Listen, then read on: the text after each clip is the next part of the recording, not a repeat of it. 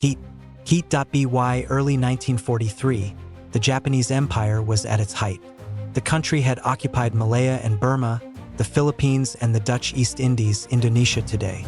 These territories have become vital sources of strategic supplies such as oil and rubber. Now the United States laid plans to roll back the Japanese gains. The aim was to cut the country's supply lines by seizing the occupied territories. Japan could then be gradually strangled to death. But to win in the vast expanse of the Pacific, the US would need to develop new forms of mobile warfare. They would be based on amphibious landings supported by aircraft flying from carriers. The Japanese, unable to match American firepower, resorted to increasingly desperate measures. The country fell back on ancient notions of military honor to create suicide units. The result would be a terrible loss of life. This would be a decisive phase in the war in the Pacific and would mark the end of Japan's dreams of empire. But this was to come. Back in the spring of 1943, the US military chiefs faced a dilemma. They had been presented with two options for the defeat of Japan. The flamboyant US Army General Douglas MacArthur, commander of the US and Australian forces in the Southwest Pacific, favored a primary land-based route. His idea was to seize the Solomon Islands, Papua New Guinea, and the Philippines.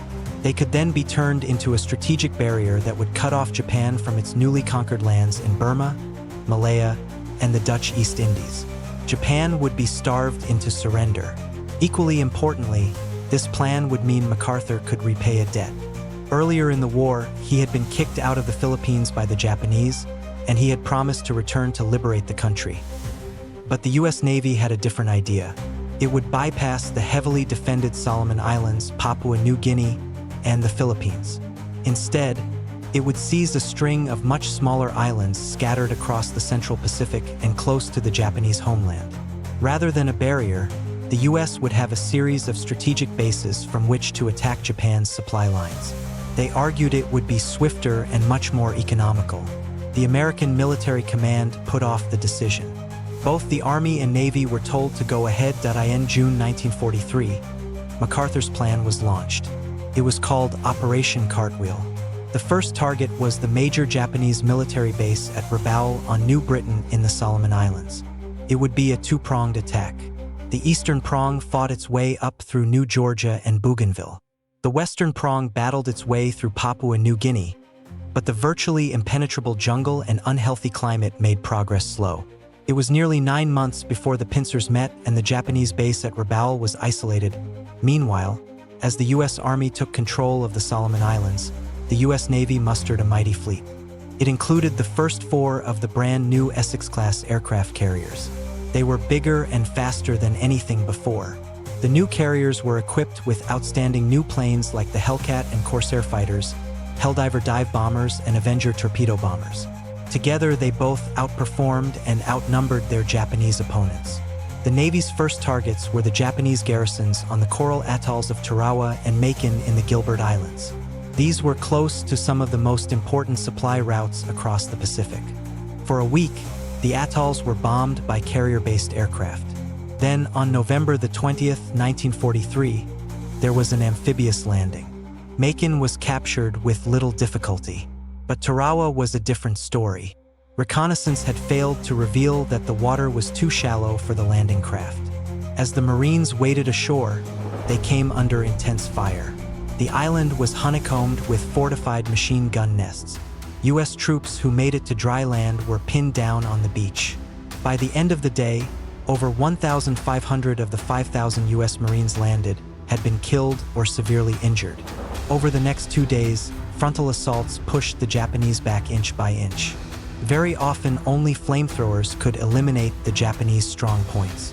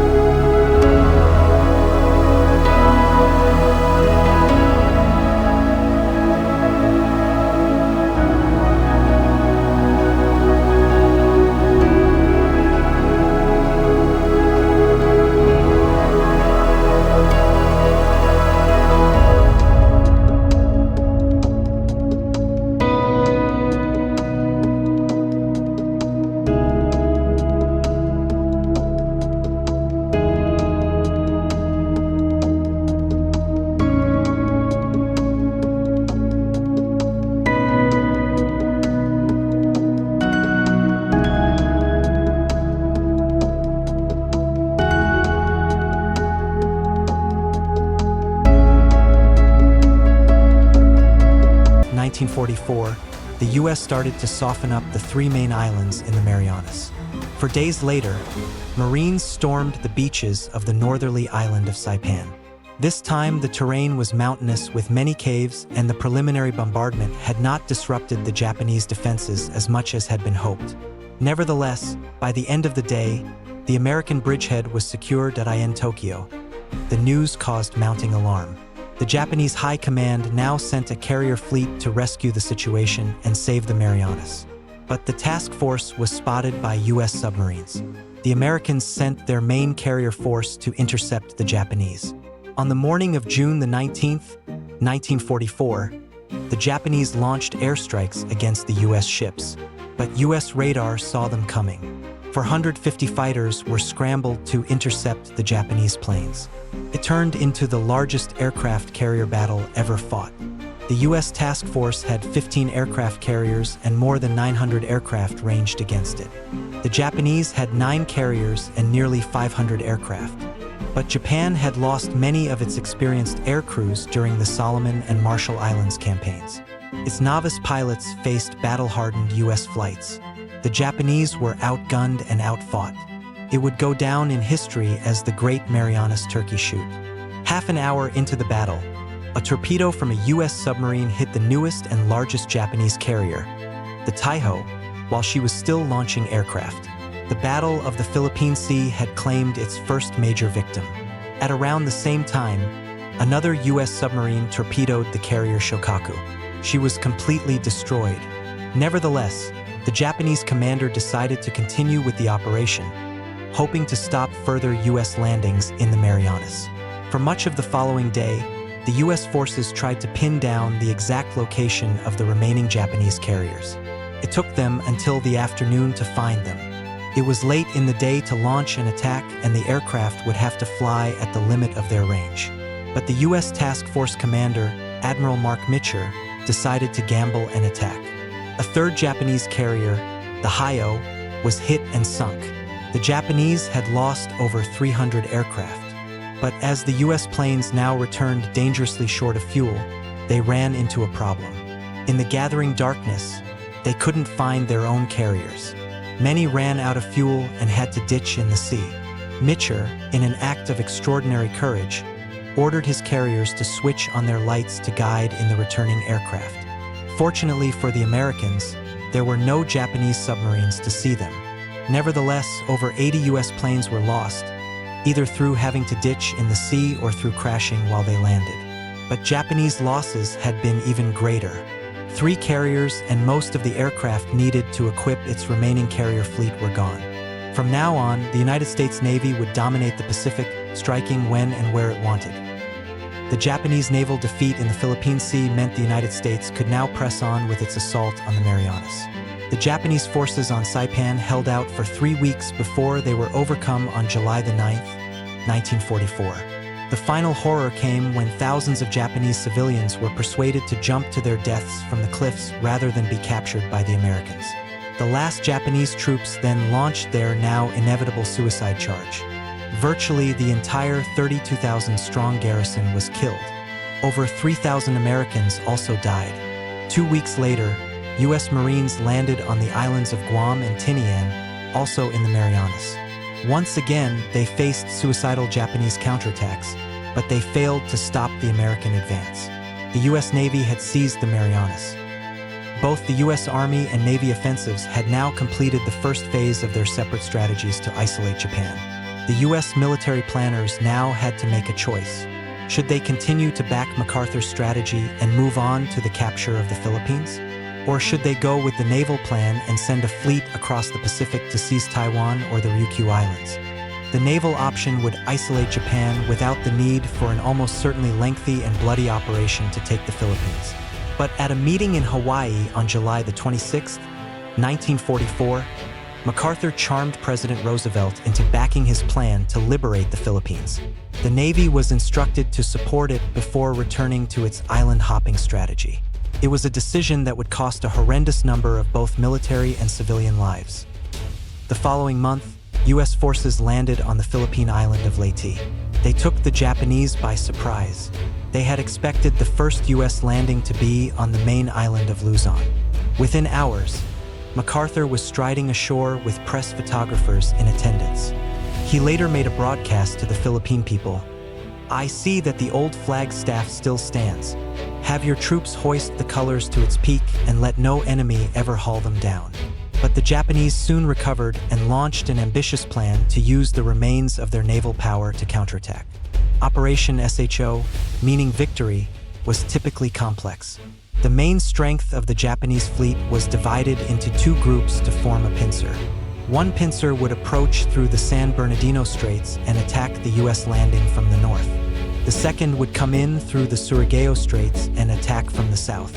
Meanwhile, a decoy group of Japan's last four carriers would approach the Philippines from the northeast, hoping to lure away the main U.S. carrier force covering the landing. The northern arm of the Japanese pincer came under air attack almost immediately. After nearly 2 days of bombardment, the super battleship Musashi was sunk. The northern pincer then appeared to retreat. It was now that the U.S. commanders got into a muddle. The man in charge of the main carrier force covering the landings was Admiral William Halsey. He now got word of the Japanese carriers approaching from the northeast. Halsey, believing the northern pincer was no longer a threat, set off to intercept them. He had fallen for the Japanese decoy. The force protecting the U.S. landing was now severely weakened. But the commander of this force now inadvertently compounded the problem. Unaware that Halsey had taken off, he sent his battleships to ambush the southern arm of the Japanese pincer. It looked like a spectacular success, but then disaster struck. The northern arm of the Japanese pincer had only pretended to retreat. Under cover of darkness, it turned round and headed back. It then attacked the hugely depleted force protecting the U.S. landing.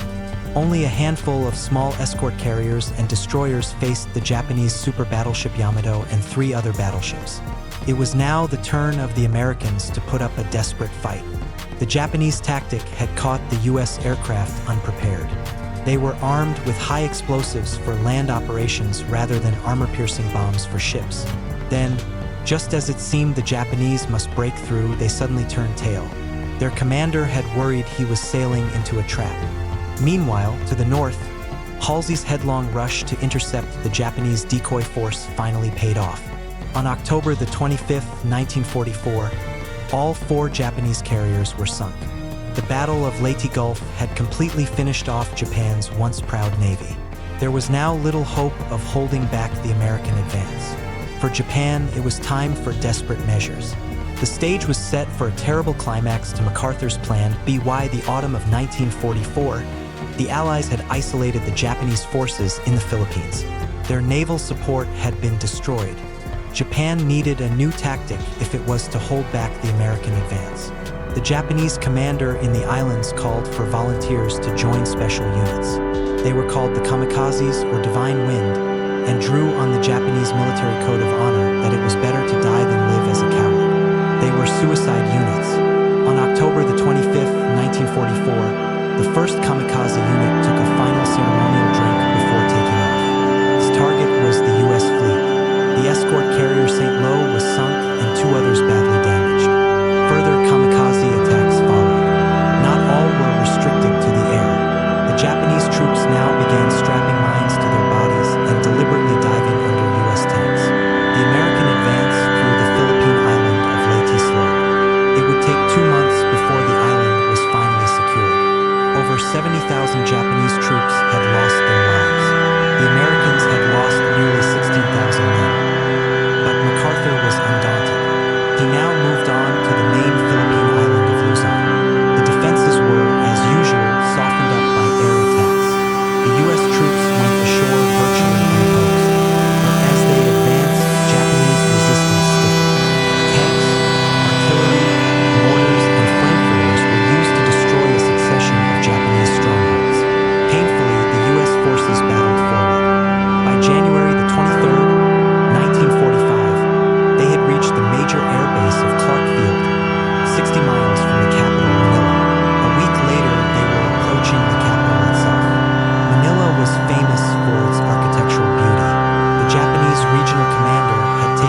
decision to preserve its buildings by not defending it.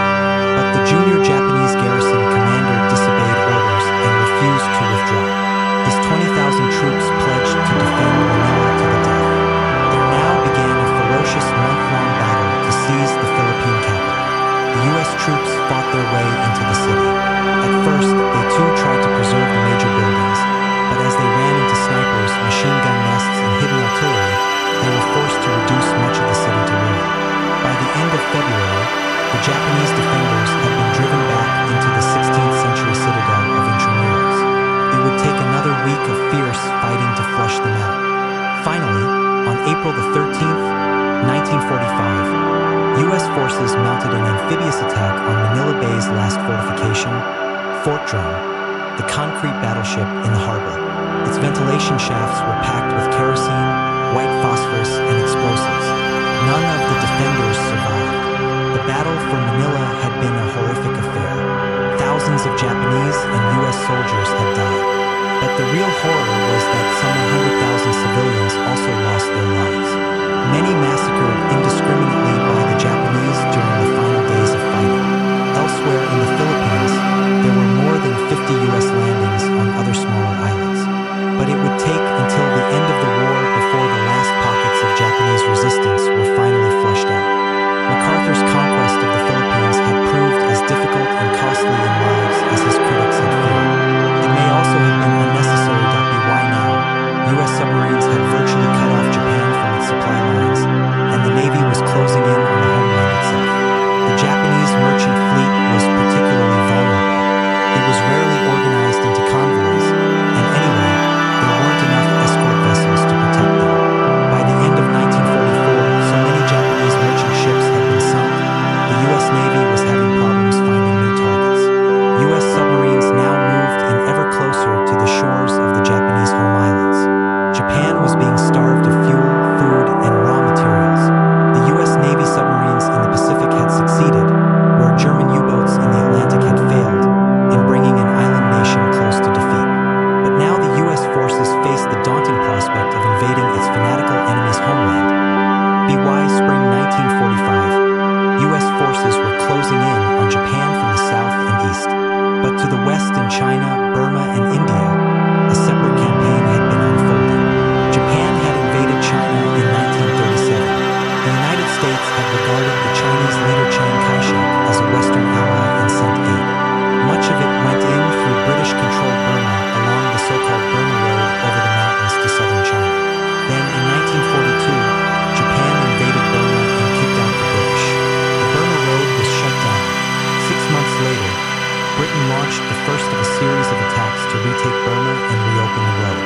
The first in late 1942 advanced down the Burmese coast from India, but the Japanese crushed it. The second 9 months later tried a different approach.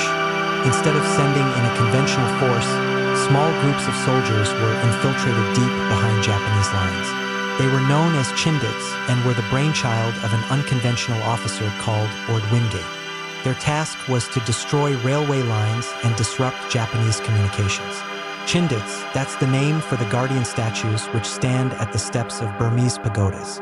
A name from legend that's become flesh and blood. Living guardians of Burma's liberty. But the Japanese soon began to hunt them down. By mid-April 1943, over 1/3 of the Chindit forces had been killed. The remainder were forced back into India. The struggle to retake Burma was becoming a serious problem, so in late 1943, the Allies turned to U.S. General Joseph Stilwell. "We got run out of Burma, and it's humiliating as hell. I think we ought to find out what caused it, go back and retake the place." Stilwell had spent years helping to overhaul the forces of neighboring China. The Allies now decided to put them to the test. Stilwell's Chinese soldiers, reinforced by an elite U.S. group of jungle fighters known as Merrill's Marauders, would be sent into Burma. In October 1943, they crossed the border and made their way down the east side of the country. Meanwhile, the British India Army launched a diversionary strike along the Burmese coast. Finally, Chindits moved into northern Burma, deep behind enemy lines to cut Japanese supply routes. The Japanese fell for the diversionary tactic and sent forces to counterattack along the coast. 2 divisions of troops from British India came under fierce fire, but the Allied forces stood their ground. They were resupplied from the air. They could now fight back. And 2 weeks later, the Japanese withdrew, but it was only a temporary reprieve. The Japanese launched a counteroffensive of their own. In March 1944, they invaded India in an attempt to disrupt Allied preparations for further attacks. For 2 weeks, there was intense fighting. The towns of Kohima and Imphal were besieged. But there was stiff resistance, and the Japanese were finally forced to withdraw. Over 65,000 of them were killed. It was a major blow to their military strength in the region. Meanwhile, in Burma, Stilwell's Chinese forces had fought their way down the east side of the country, and by May 1944 had reached the important crossroads town of Myitkyina on the Old Burma Road. For 3 months, the Japanese held them off. But in early August 1944, Myitkyina was overrun. The way was now clear for Stilwell's men to push further on down the east side of the country. They were soon joined by a fresh force of Anglo-Indian troops under British General William Slim. This began advancing into the center of the country. In early March 1945, Slim's forces took the important communications center of Meiktala. Soon afterwards, they seized Mandalay. With the monsoon season now approaching, Stilwell's forces dug in on the east. But Slim's forces pushed on towards the Burmese capital of Rangoon. They were slowed down by the mud, but by early May 1945, the Allied troops were 20 miles north of Rangoon. Allied reinforcements were now sent in from the south to support them. Gurkhas parachuted into the Irrawaddy Delta. An Indian division came in by sea. On May 3, 1945, the Allied forces finally entered Rangoon, but the city was empty. The Japanese had pulled out rather than risk being cut off. The monsoon was now in full flow, but the campaign to clear the Japanese out of Burma was effectively over. The next stop in the war in Southeast Asia would be Malaya. But for all the success, Allied losses in the war against the Japanese have been terrible. The Americans were desperate to find a way to bring the war to an end without having to invade the Japanese homeland.